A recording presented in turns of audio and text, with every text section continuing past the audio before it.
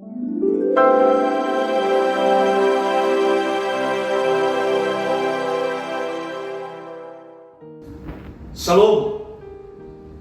selamat bertemu kembali dalam mimbar BKG yang ke-9. Pada hari ini kami menyapa Bapak Ibu hamba Tuhan seluruh anggota BKG Kota Batam, terkhusus untuk umat Tuhan, umat Kristiani sekota Batam. Pada mimbar BKG yang ke-9 ini kita akan dilayani oleh hamba Tuhan Pendeta Denny Nenggolan, pimpinan distrik Gereja Metodis Indonesia untuk Kepri. Mari kita bersama-sama menerima berkat Tuhan, menerima kuasa daripada firman Tuhan, agar kiranya firman Tuhan menjadi kekuatan yang baru bagi kita bersama untuk melalui menjalani kehidupan masa sekarang ini.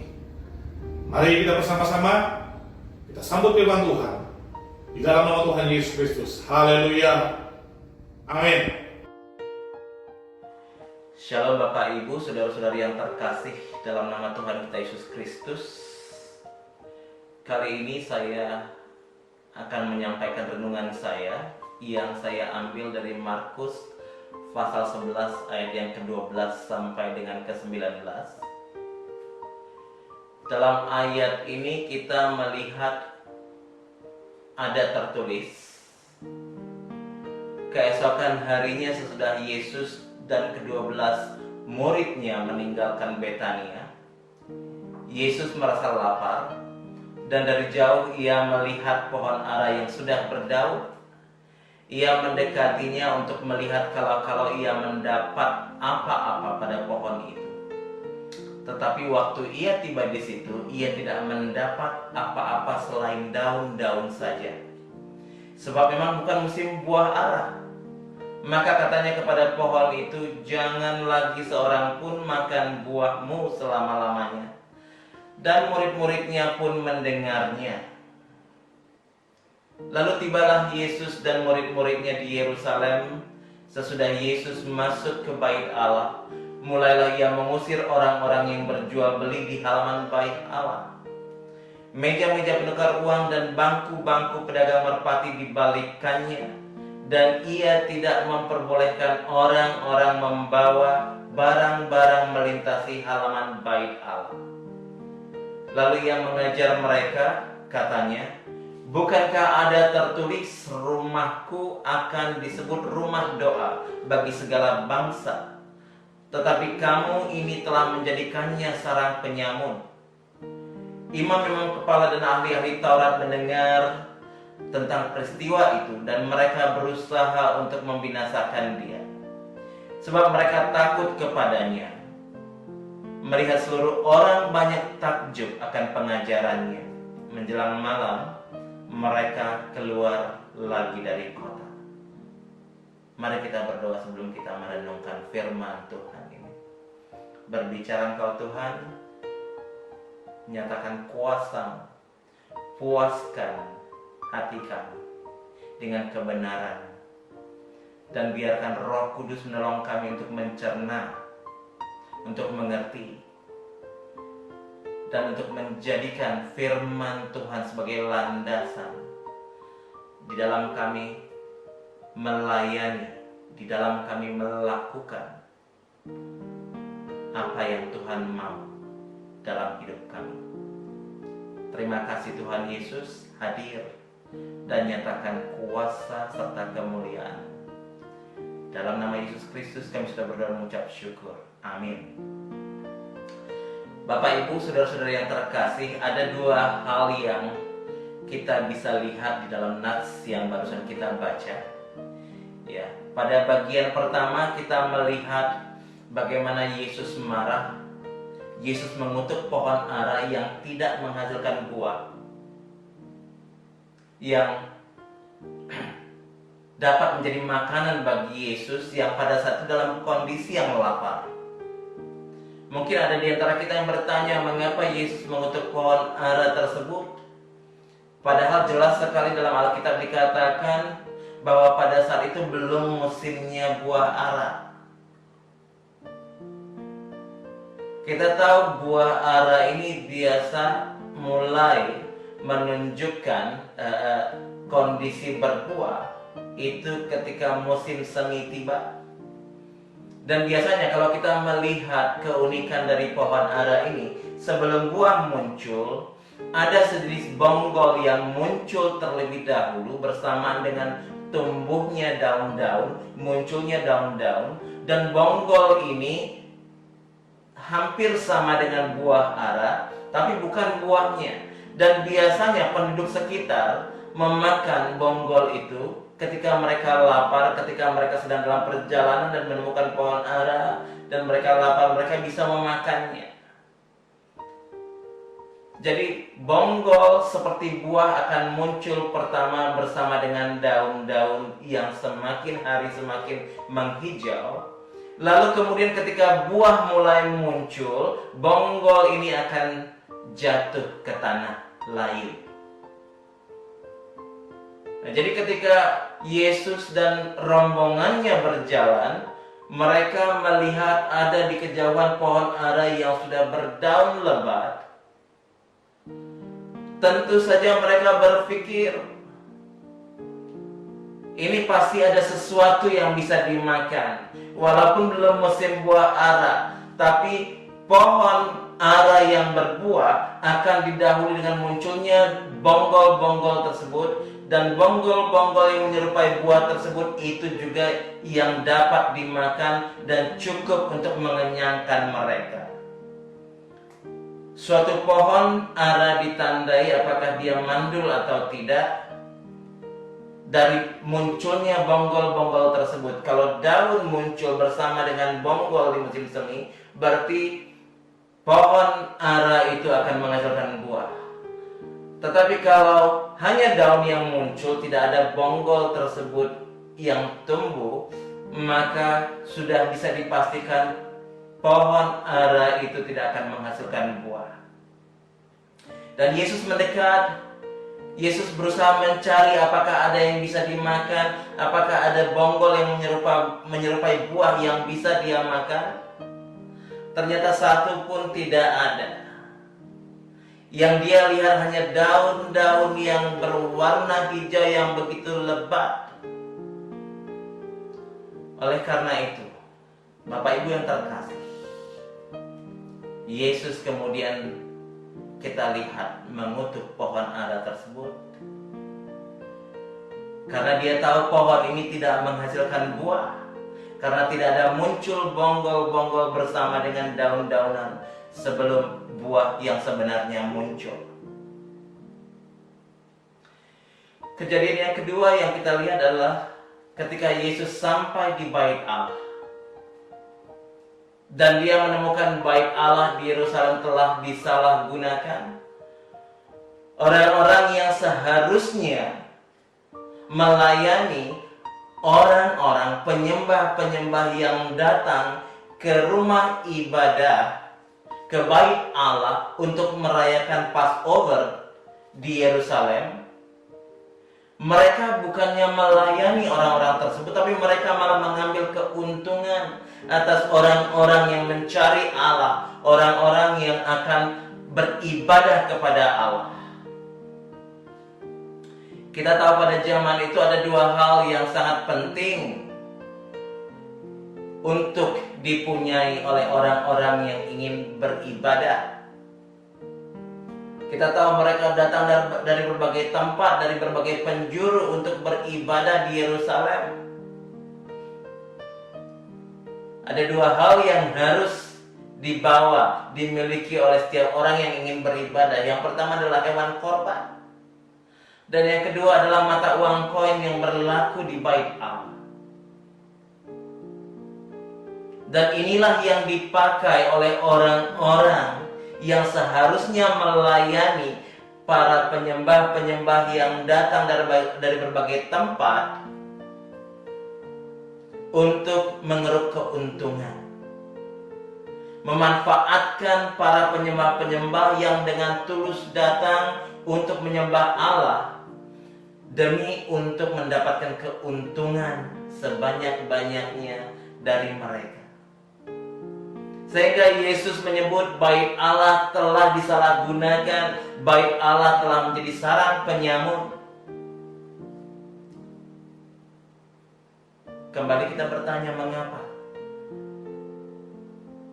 Karena orang-orang yang seharusnya melayani, orang-orang yang menjadi pemimpin agama, kita melihat di sini mereka mengeruk keuntungan sehingga memberatkan orang-orang yang ingin beribadah. Mereka yang seharusnya memberi bimbingan dan pelayanan kepada orang-orang yang datang untuk beribadah malah menjadi batu sandungan. Secara khusus bagi orang-orang asing yang datang dari jauh, yang datang dengan tujuan yang murni untuk menyembah Allah. Bahkan juga mungkin ada orang-orang yang sebenarnya ingin mencari Allah yang benar itu. Mereka belajar mungkin tentang Allah yang benar itu dan mereka mulai datang. Mereka belum percaya, tapi kemudian mereka belajar dan tahu dan melihat bahwa Allah yang benar disembah di Yerusalem, dan mereka datang untuk mencari kebenaran tersebut. Namun apa yang mereka temui adalah orang-orang yang mengambil keuntungan. Bapak Ibu saudara-saudara yang terkasih, orang-orang yang seharusnya membawa jiwa-jiwa ini untuk menyembah Allah, mereka malah memanfaatkan mereka dan mereka melakukannya di bait Allah. Tidak heran jika Yesus marah dan meneriakkan kata-kata, rumahku akan disebut rumah doa bagi segala bangsa, tetapi kamu ini telah menjadikannya sarang penyamun. Para pemimpin bait Allah tidak lagi peduli untuk berbuah. Para pemimpin bait Allah tidak lagi peduli untuk membawa jiwa-jiwa datang kepada Tuhan. Mereka terlalu disibukkan untuk mengumpulkan keuntungan materi dari orang-orang yang datang tersebut. Yesus marah karena apa yang sudah didesain untuk menghasilkan buah ternyata tidak berfungsi sebagaimana mestinya. Dan kalau kita mau tarik benang merah dari dua kejadian di atas, kita dapat melihat bahwa dua kejadian ini menunjukkan kegagalan berfungsi seperti yang Tuhan mau. Gagal berfungsi seperti yang Tuhan mau ketika Tuhan menciptakan, yaitu untuk berbuah, untuk bertambah banyak, untuk berlipat ganda. Bagi kita pribadi lepas pribadi saat ini mungkin menjadi saat yang tepat untuk kembali menguji hubungan pribadi kita dengan Tuhan. Mungkin saat ini yang tepat untuk kita kembali mengevaluasi diri kita. Apakah kita sudah benar-benar menghasilkan buah? Apa yang menghindari kita untuk menghasilkan buah? Hal-hal seperti ini mungkin perlu kembali kita tanyakan, sehingga kita dapat menyingkirkan penghalang-penghalang tersebut, sehingga kita bisa efektif sebagai pelayan-pelayan Tuhan yang menghasilkan buah bagi kemuliaan Tuhan. Yesus dapat saja datang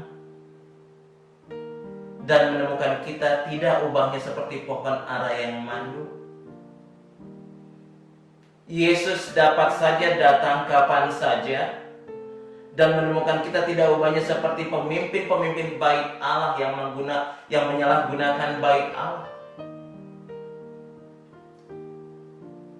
Bapak Ibu saudara-saudara yang terkasih, dalam nama Tuhan kita Yesus Kristus, Allah mau kita berbuah. Matius 28 ayat 19 jelas sekali menunjukkan kepada kita apa yang menjadi keinginan Allah. Dikatakan di situ di ayat 19, karena itu pergilah, jadikanlah semua bangsa muridku, dan baptislah mereka dalam nama Bapa dan Anak dan Roh Kudus. Dari zaman perjanjian lama sampai kepada perjanjian baru, firman Tuhan sungguh konsisten, menyatakan bahwa kita diciptakan dalam rupa Allah. Dan salah satu manifestasi dari status istimewa yang kita miliki tersebut adalah kita dipanggil untuk berbuah. Kalau kita mau balik ke perjanjian lama di Kejadian 1:28, di situ tertulis Allah memberkati mereka, Adam dan Hawa. Lalu Allah berfirman kepada mereka, beranak cuculah dan bertambah banyak, penuhilah bumi dan taklukkanlah itu. Berkuasalah atas ikan-ikan di laut dan burung-burung di udara dan atas segala binatang yang merayap di bumi.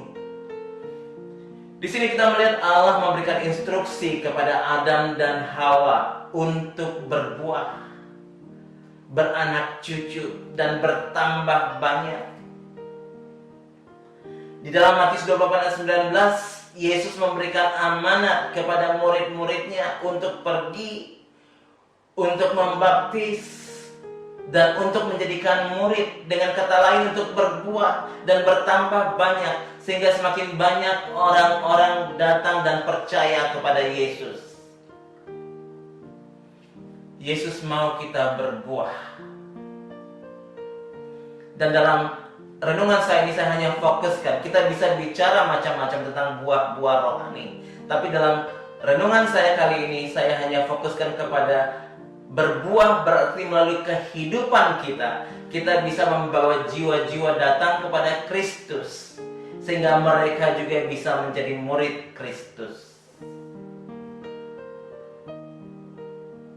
Allah mau kita berbuah, dan Allah mau kita mempersiapkan diri kita untuk menghasilkan buah. Yesus membutuhkan 3,5 tahun untuk melatih, untuk mendidik, untuk membimbing murid-muridnya, sehingga mereka menjadi murid-murid yang kelak kita lihat mereka menghasilkan buah, mereka memuridkan, mereka menjangkau jiwa. Yesus mengajar mereka, Yesus mencontohkan teladan hidup kepada mereka, dan Yesus mengirim mereka untuk melakukan pelayanan-pelayanan. Bapak, Ibu, Saudara-saudara yang terkasih, meskipun kadangkala kita melihat murid-murid gagal, tapi Yesus terus ada membimbing mereka. Yesus terus bersama dengan mereka untuk mengevaluasi mereka. Dan puncaknya kita melihat bagaimana ketika Simon Petrus berkhotbah, 3.000 orang bertobat. Dan kita melihat bagaimana gereja mula-mula di Kisah Para Rasul menjadi gereja yang benar-benar mencerminkan kehendak Allah. Gereja yang benar-benar melaksanakan apa yang Kristus mau. Allah mau kita mempersiapkan juga diri kita untuk menghasilkan buah. Kalau kita melihat di dalam Wahyu pasal 2 dan 3, kita melihat bagaimana Allah meletakkan visinya kepada Yohanes atas 7 gereja di Efesus, di Smyrna, di Pergamus, di Tiatira, Sardis, Philadelphia, dan Laodikia. Di dalam Wahyu ini kita melihat instruksi yang diberikan kepada setiap gereja akan hal yang perlu untuk diubah, akan kekurangan-kekurangan mereka yang perlu diubah, dan juga tentang hal-hal baik yang harus terus mereka lakukan sehingga mereka dapat siap untuk melihat apa yang Tuhan ingin perbuat di dalam gerejanya. Di dalam Wahyu tersebut kita melihat setiap gereja mendapatkan instruksi yang berbeda, sehingga mereka bisa siap untuk hidup dan berbuah bagi Tuhan. Jemaat di Efesus seperti contoh, mereka diminta untuk bertobat karena mereka telah meninggalkan kasih yang mula-mula. Ada hal-hal yang Tuhan tidak suka dan ini dinyatakan dalam penglihatan Yohanes, dan Tuhan mau melalui penglihatan ini agar mereka bertobat karena mereka telah meninggalkan kasih yang mula-mula. Kepada jemaat di Pergamus, di Wahyu dikatakan bahwa mereka diam di negeri di mana iblis bertahta, namun mereka tetap setia dalam iman mereka. Ini satu hal positif yang Allah mau untuk mereka teruskan. Namun masih ada orang-orang di tengah mereka yang berusaha menyesatkan dengan makan persembahan berhala dan perzinahan.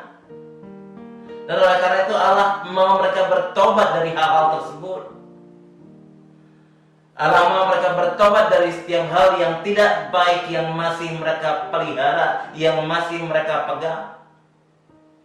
Kepada jemaat di Tiatira, kita melihat di sini di Wahyu dikatakan bahwa mereka dikenal sebagai jemaat yang tekun dalam iman, jemaat yang penuh kasih dan tekun dalam pelayanan. Allah melihat hal-hal bagus, hal-hal yang berkenan kepadanya yang mereka lakukan. Namun kemudian Allah juga melihat ada hal-hal yang perlu diperbaiki.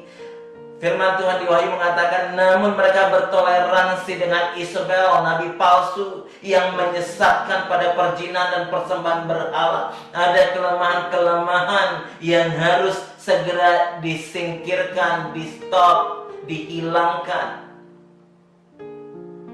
Maka dari itu Bapak Ibu Saudara-saudara terkasih, kita juga senantiasa harus mengevaluasi kehidupan rohani jemaat kita, kehidupan rohani kita.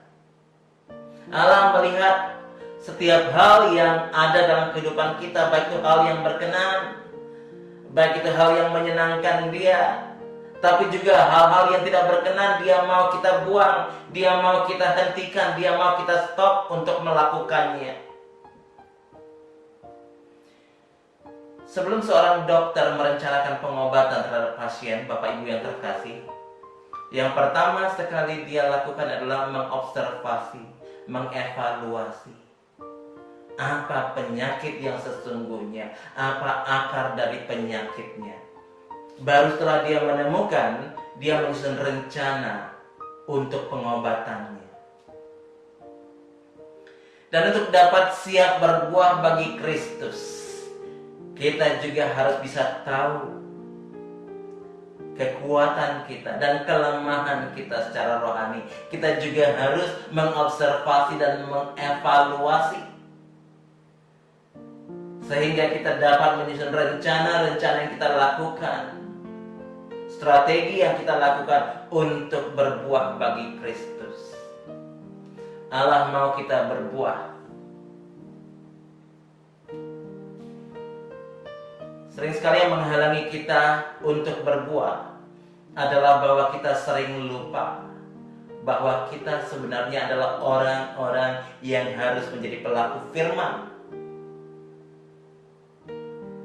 Sering sekali kita tahu dengan luar kepala firman Tuhan, tapi sering sekali kita tidak mempraktekkannya dalam kehidupan sehari-hari. Dalam permainan bola basket, kita sering melihat ketika seorang pemain sedang menguasai bola, dan ketika dia sedang menguasai bola, dia bingung mencari mau kemana dia lemparkan bola ini. Dia sering sekali kadang-kadang tidak dapat memutuskan siapa yang akan teman yang mana yang akan dia lemparkan bola tersebut. Nah, jikalau dia tidak dapat mengambil keputusan dengan cepat, bola itu tetap dalam kekuasaannya. Saya mau katakan ada waktunya mereka kehilangan hak atas bola tersebut karena wasit akan meneploidnya. Sudah habis waktunya. Seorang pemain basket tidak bisa menahan bola itu hanya di tangannya sendiri tanpa melemparkan kepada temannya untuk kemudian diteruskan kepada yang lain sampai akhirnya masuk ke keranjang lawan. Dia harus bisa cepat mengambil keputusan. Saya akan lemparkan ke si A, ke si B, ke si C dan sebagainya. sehingga itu bisa bermanfaat untuk menambah poin bagi grup, bagi tim tersebut. Demikian juga dengan kita tidak hanya cukup berdiri dengan firman Tuhan di tangan kita, tapi kita juga harus cepat bertindak. Kita harus juga dapat menyerahkan firman Tuhan ini kepada orang lain. Jam terus berdetak, waktu terus berlalu, peluang datang dan pergi. Ketika kita tidak melakukan apapun dengan firman Tuhan yang ada di tangan kita akan kehilangan kesempatan untuk berbuah. Bapak, Ibu, saudara-saudara yang terkasih, panggilan Tuhan kepada gerejanya adalah untuk membawa perubahan, untuk dapat secara efektif berbuah. Baik itu sebagai pribadi yang semakin bertumbuh dalam karakter Kristus, dan juga menjadi orang-orang yang membagikan berita Injil kepada dunia ini, sehingga melalui kehidupan mereka semakin banyak jiwa-jiwa yang diubahkan. Melalui nats yang menjadi bacaan kita diajak untuk giat dalam menjangkau jiwa. Secara khusus yang harus menjadi target kita adalah generasi milenial, yang sepertinya semakin jauh dari gereja, yang sepertinya semakin apatis terhadap hal-hal yang bersifat keagamaan. Generasi ini harus kita jangkau. Generasi ini dapat dijangkau dan harus kita jangkau, dan mereka akan kita jangkau jika mereka dapat melihat keteladanan hidup dari setiap orang-orang percaya. Bapak, Ibu, saudara-saudara yang terkasih, kalau kita buka firman Tuhan di Markus 2 ayat 12. Markus 2 ayat yang ke-12.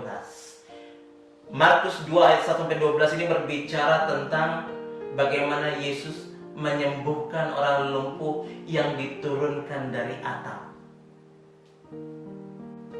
Di ayat 12-nya dikatakan seperti ini. Dan orang itu pun bangun, orang lumpuh tersebut yang turun dari atap bangun, segera mengangkat tempat tidurnya dan pergi keluar di hadapan orang-orang itu, sehingga mereka semua takjub lalu memuliakan Allah. Katanya, yang begini belum pernah kita lihat. Bapak, Ibu yang terkasih dalam nama Tuhan kita Yesus Kristus, nas ini menunjukkan kepada kita bagaimana orang terkagum-kagum melihat apa yang Yesus perbuat ketika dia menyembuhkan orang lumpuh yang diturunkan dari atap rumah. Mereka begitu kagum melihat bagaimana orang lumpuh yang biasa mereka temui tidak dapat melakukan apa-apa, namun sekarang bisa berjalan karena Yesus menyembuhkan.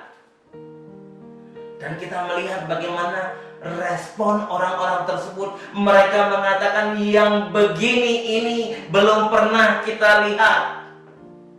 Bapak, Ibu, saudara-saudara terkasih dalam Tuhan Yesus Kristus, alangkah indahnya ketika setiap orang yang datang ke gereja Tuhan, yang datang beribadah di gereja Tuhan, kemudian setelah mengikuti ibadah, setelah melihat bagaimana Allah bekerja dalam ibadah tersebut, mereka mengatakan, wow, yang seperti ini belum pernah kami lihat, yang seperti ini belum pernah saya lihat. Saya mau katakan, mereka akan kembali lagi, mereka akan kembali lagi dan bertumbuh di dalam Tuhan, karena mereka terkagum-kagum oleh apa yang Tuhan perbuat di dalam gerejanya. Wow, yang seperti ini kami belum pernah lihat.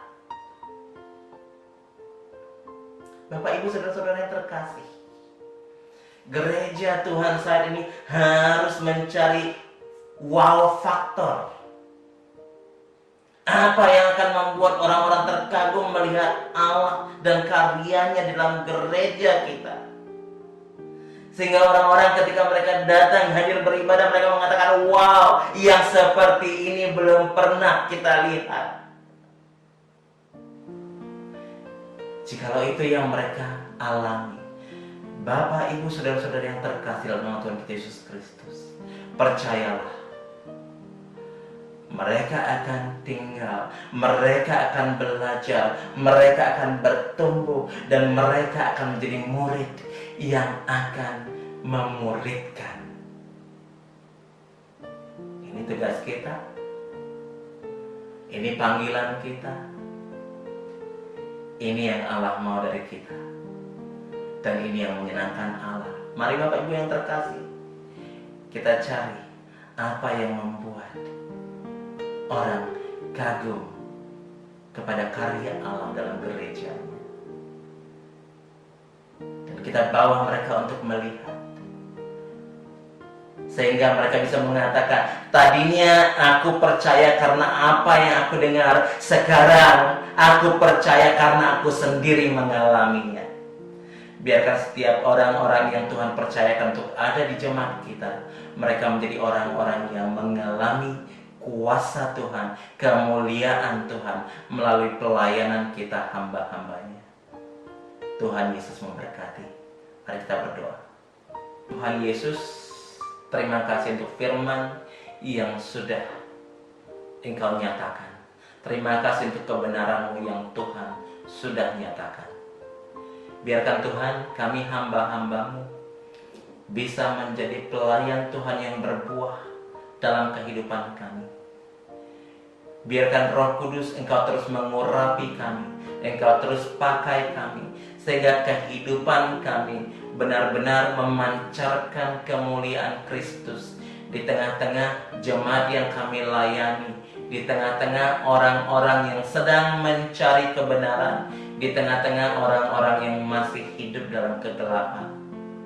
Dan biarkan Bapa, Engkau terus yang menolong kami untuk dapat hidup seturut kehendak Tuhan. Sucikan dan kuduskan kami dalam Yesus Kristus. Kami sudah berdoa dan mengucap syukur. Amin.